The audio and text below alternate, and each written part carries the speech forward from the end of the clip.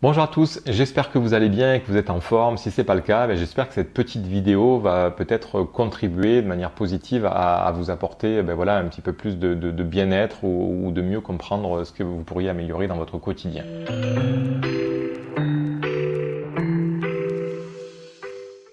Alors, ça fait quelques vidéos que je fais sur les besoins et parce que pour moi, c'est vraiment quelque chose qui est très important de comprendre en fait que nous fonctionnons beaucoup comme ça, hein, les êtres humains, mais comme même les animaux, hein.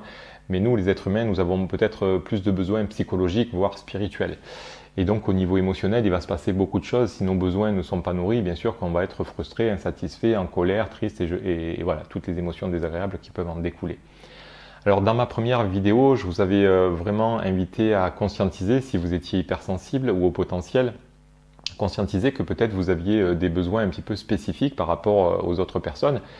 Mais au-delà de ça, je crois que de toute façon, chaque personne a des besoins particuliers. Le truc, c'est qu'une personne, par exemple, hypersensible, les hauts potentiels le sont par conséquent, eh bien, si votre besoin n'est pas nourri, au lieu d'avoir une alarme intérieure, là, un peu comme quelque chose qui sonne pour vous avertir que ce besoin est en déséquilibre, au lieu de sonner à 30 décibels, chez vous, ça va sonner à 100 ou 110 décibels. Et c'est juste insupportable. Donc pour moi, il est clair que toutes les personnes qui ont une hypersensibilité, doivent apprendre bien plus que les autres à prendre soin de leurs besoins. Parce que sinon, ça va être l'enfer dans leur vie. Vous voyez, donc pour moi, on est hypersensible, eh bien, il y a des avantages et des inconvénients. Un des inconvénients, c'est pas un inconvénient, c'est juste que le processus d'apprentissage, il est un peu plus long et après, on va s'apercevoir qu'on peut faire plein de trucs avec ça. Bon. Donc ça, c'est la première vidéo, vous permettre de peut-être conscientiser que vous avez certainement des besoins spécifiques. Il est très important d'en prendre soin. Deuxième vidéo que j'ai faite, je vous avais parlé du fait que, eh bien, si un seul de vos besoins n'était pas nourri, finalement, ça pouvait faire capoter tout votre bien-être. Vous voyez, si vous avez pratiquement tous vos besoins nourris, mais un seul n'est pas nourri, ça fait capoter tout votre bien-être ou votre dynamique intérieure. Alors, quand on est en relation avec quelqu'un, comment ça se passe? Est-ce qu'il faut du coup que cette personne, vous voyez, on check un peu tous les besoins comme ça, il faut que tout corresponde et qu'elle vous nourrisse à 100%? Non, clairement non. Je crois que ce qui est important, c'est que la personne avec qui vous êtes en relation, surtout intime, coche vos importants.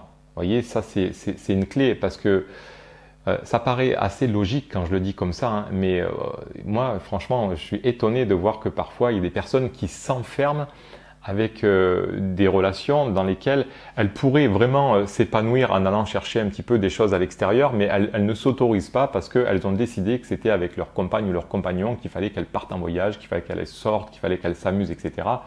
Mais si vous avez choisi un partenaire de vie pour vos essentiels, la personne doit être fidèle, la personne doit être loyale, la personne doit être responsable, la personne doit être je sais pas quoi, vous voyez, et que la personne finalement est casanière et que vous adorez sortir. Alors c'est sûr qu'il ne faut pas que ça soit trop extrême en termes de distance, mais globalement, après le but c'est peut-être que monsieur ou madame en reste à la maison, qu'elle respecte son besoin d'être casanière et d'être un peu tranquille à la maison, et que vous respectiez aussi le vôtre en sortant, en vous amusant de votre côté, parce que sinon, j'ai envie de dire, forcément, c'est soit vous qui allez être frustré, soit vous allez le reprocher à l'autre et puis ça va irriter la personne avec qui vous êtes.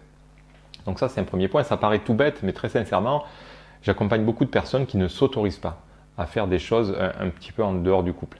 Alors on est d'accord, il faut que ça reste respectueux pour l'autre, c'est-à-dire que si vous êtes monogame et qu'il y a un problème au niveau du sexe parce que vous n'êtes pas satisfaite dans le sexe, alors soit vous tentez d'améliorer les choses avec votre partenaire, mais des fois, malheureusement, l'alchimie des corps, elle fait que ça ne marche pas. Là, vous êtes dans une impasse parce que prendre soin de vos besoins à l'extérieur du couple, ça ne nourrirait pas le besoin de fidélité de votre partenaire. Et donc là, vous êtes dans une impasse. Donc vous voyez, il y a des choses qu'on peut faire, il y a des choses qu'on ne peut pas faire. Et puis il y a aussi le fait, je crois, et ça c'est très important, peut-être même plus important encore, parce que ce que je vous ai dit, ça paraît assez logique, et je crois que quand même beaucoup de personnes le font, mais de aussi constater que parfois ce qu'on demande à l'autre, il y a des personnes qui veulent une certaine forme d'amour, il y a des personnes qui veulent être reconnues pour tout ce qu'elles font, il y a des personnes qui adorent être valorisées, et vont reprocher à leur partenaire de dire oui mais moi tu me valorises pas assez, tu ne me reconnais pas assez, tu n'es pas assez comme ceci, tu n'es pas assez comme cela, gna gna gna. Bon ok.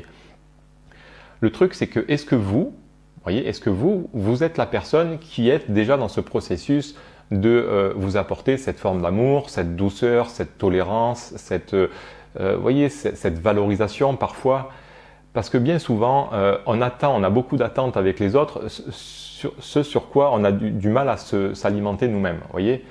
Donc c'est un peu, après le problème, c'est qu'on va reprocher à la personne de ne pas forcément, par exemple, si c'est sur la valorisation, on va lui reprocher de ne pas assez nous valoriser, nous reconnaître au quotidien, etc. Et nous sommes les premiers, nous sommes les premiers à être avares en reconnaissance, en valorisation. Dès que ça va pas, on se critique, dès que ça va pas, on se dévalorise.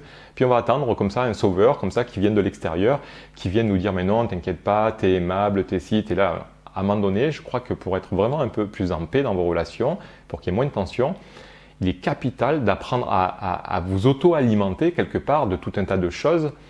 L'idée, c'est que finalement, l'autre soit la cerise sur le gâteau. Vous voyez, c'est un compliment, ça fait du bien, mais c'est pas censé être votre nourriture vitale pour la journée ou pour la semaine. Vous voyez, je crois vraiment que là, beaucoup de personnes n'ont pas ni pris conscience ni appris à s'apporter finalement ce qui était bon pour elles. Ça peut être de la douceur, ça peut être de la tolérance, ça peut être une forme d'amour quelconque, ça peut être de la reconnaissance, ça peut être de la valorisation. Alors moi, je sais bien de quoi je parle parce que, par exemple, moi, l'estime, c'est quelque chose qui est très important pour moi, vraiment très important. Mais pourquoi c'est important pour moi? Parce que j'en ai manqué, j'ai pas déclaré ou décrété un jour comme ça, oui, l'estime, c'est important pour moi. Oui, non, pas du tout. C'est juste que j'en ai manqué pendant une grande période. Et par conséquent, c'est devenu important pour moi. Mais moi, j'étais le premier aussi à mendier un peu et à attendre de mon entourage que ces personnes me reconnaissent dans mes valeurs, dans ma valeur, mes qualités, etc. Mais j'étais le premier à me dévaloriser systématiquement, à relever tout ce qui n'était pas assez, etc. Donc au bout d'un moment, je pense qu'il faut vraiment prendre conscience de sa responsabilité et de se nourrir progressivement soi-même. C'est-à-dire que le but, c'est de devenir le gâteau. Et la relation, l'autre, n'est que la cerise sur le gâteau. Vous voyez, c'est un peu comme le vermicelle qu'on met dessus, c'est le glaçage, c'est super, c'est adorable, c'est même ce qui fait peut-être toute la différence pour un beau gâteau.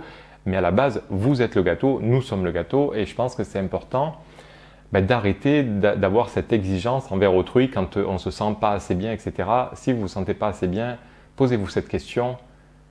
Est-ce que je suis la personne qui prend vraiment soin de moi à ce moment-là? Est-ce que je m'apporte cette attention? Est-ce que je m'apporte cette douceur? Est-ce que je m'apporte cette reconnaissance? Est-ce que je m'apporte cette considération? Est-ce que je m'apporte cette qualité d'écoute auprès de ma souffrance? Est-ce que je suis empathique avec moi-même, bienveillant? Parce que si vous ne l'êtes pas, j'ai envie de dire, ça crée des relations de dépendance et dès que l'autre ne vous apporte pas ce dont vous avez besoin, vous allez lui reprocher, vous allez créer des tensions dans la relation et puis qu'est-ce qui va se passer? La personne va être de plus en plus loin de vous et vous allez être de plus en plus en insécurité, enfin bref, et là c'est la totale quoi. Voilà. Mais c'est quelque chose aussi qu'on peut observer dans les relations familiales. Par exemple, moi, je sais bien, tout ce que je vous dis, c'est des choses que j'ai expérimentées, vécues et quasiment, je dirais pas pour tout, mais beaucoup de choses dont je me suis libéré. Et dans les relations familiales, parfois, il y a des choses qu'on a mal vécues avec certains de ses parents. Par exemple, moi, j'ai reproché, alors ils se reconnaîtront sûrement, mais j'ai reproché à un de mes parents, voilà, certaines choses dans mon enfance. Et j'en ai souffert vraiment et j'avais besoin de reconnaissance. J'avais besoin qu'on reconnaisse ma souffrance. Mais en fait, quand j'exprimais ça à mon parent, je lui disais vraiment d'une manière plus dans la critique, dans le reproche. C'était très mal formulé et donc mon parent se justifiait et je n'avais en aucun cas cette nourriture dont j'avais besoin en termes de reconnaissance. Mais auquel cas, même si ce parent n'avait pas su, vous voyez, des fois il y a des parents qui ne seront jamais capables de vous reconnaître, de s'excuser ou je ne sais pas quoi.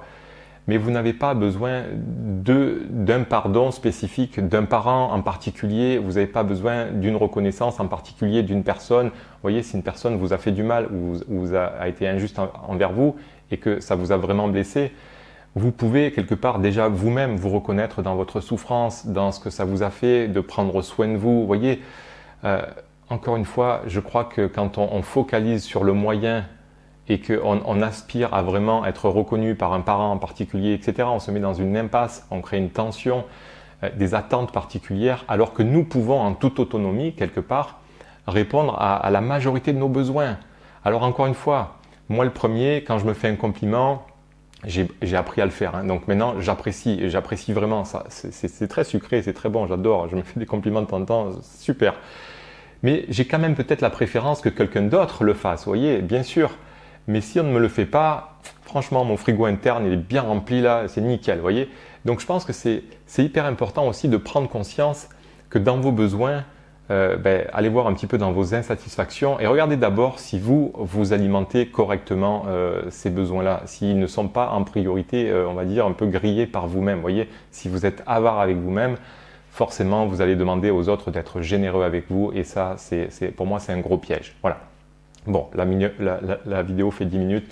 J'espère que ça vous permettra d'y voir un petit peu plus clair et surtout de peut-être changer votre regard. Vous voyez, changer, en tout cas, là où vous portez votre attention. Parfois, on porte beaucoup l'attention sur l'autre ou sur les autres pour nos besoins. Mais peut-être que ça va vous permettre de vous dire, tiens, il faut peut-être que je revienne à moi et que je prenne soin davantage de moi, de mes besoins. Et bien sûr que ça s'apprend. Vous n'allez pas d'un coup dire, ça y est, j'ai compris et je sais prendre soin de moi, je sais être bienveillant. Pour être bienveillant avec soi, il y a des petites astuces, des petits trucs. N'hésitez pas moi, à me contacter si vous avez besoin de faire ce chemin. Mais j'ai envie de dire, c'est déjà bien d'en prendre conscience et après, si vous avez besoin d'un coup de pouce, eh bien voilà, informez-vous, faites le nécessaire pour apprendre à prendre soin de vous, d'être plus tolérant, plus doux, bienveillant, d'être reconnaissant, de vous apporter de l'estime, enfin bref, de la valeur, etc., etc., etc. Voilà. En tout cas, revenez à vous et voilà. Essayez de prendre conscience de ce que vous apportez ou pas. Bon, j'arrête, ça va être trop long après.